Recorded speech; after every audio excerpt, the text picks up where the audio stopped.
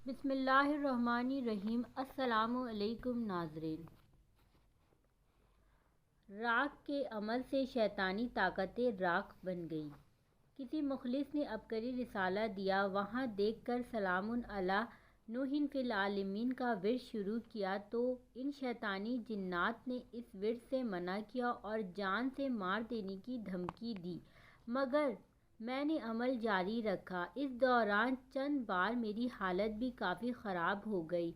इसका हल भी अबकरी से ही मिला। मैंने नवंबर 2023 के शुमारा में शाया होने वाले कॉलम माहाना तहफ़्फ़ुज़ जान का अमल से देखकर राख अबकरी की तैयार करदा चमक वाला अमल किया और साथ साथ मज़कूरा बाला वजीफ़ा भी जारी रखा। इसके बाद अल्हम्दुलिल्लाह ऐसा हिफाजती हिसार मिला कि वो खबीस जिन्नात जैसे ही मेरे करीब आने की कोशिश करते तो कोई कुव्वत इन्हें पीछे धकेल देती। थोड़े ही अरसे में अल्हम्दुलिल्लाह इन शैतानी और खबीस जिन्नात से निजात मिल गई। आज के लिए इतना ही। मिलती हूँ अगले वीडियो में। प्लीज़ इस वीडियो को ज़्यादा से ज़्यादा शेयर करें ताकि आने वाली इस तरह की इंफॉर्मेटिव वीडियो आप लोगों को मिलती रहे। जज़ाकल्लाह। अभी तो एक ही